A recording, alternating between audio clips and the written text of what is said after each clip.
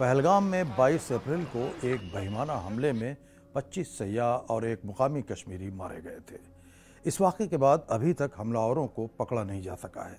कौमी तफ्तीशी इदारे NIA के आला एहलकारों की क़यादत में तफ्तीशकार और मुकामी पुलिस उन्हें गिरफ्त में लेने के लिए पूरी शिद्दत से काम कर रहे हैं।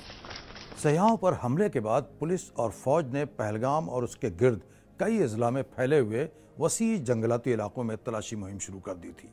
सर्च ऑपरेशन अभी भी जारी है। पुलिस ने 3 अफराद के स्केच भी जारी किए थे जिनके बारे में दावा किया गया था कि उन्होंने ही ये बहिमाना हमला किया था। उनमें से 2 पाकिस्तान के शहरी बताए गए हैं। तफ्तीश में एक चौथे शख्स का नाम भी सामने आया है जिसे इस हमले का पाकिस्तानी हैंडलर करार दिया जा रहा है। NIA ने शुरू में जाए वारदात के अतराफ के 12 किलोमीटर के इलाके को अपनी तफ्तीश का मरकज़ बनाया था।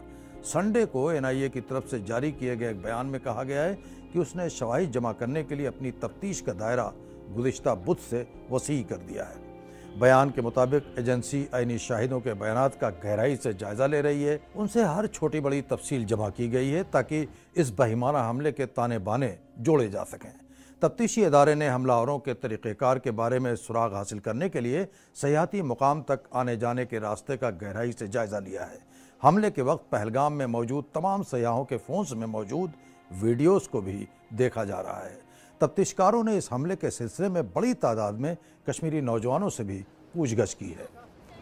इंडिया और पाकिस्तान के बीच शदीद कशीदगी के दरमियान NIA बहुत राजदारी से अपनी तफ्तीश कर रही है।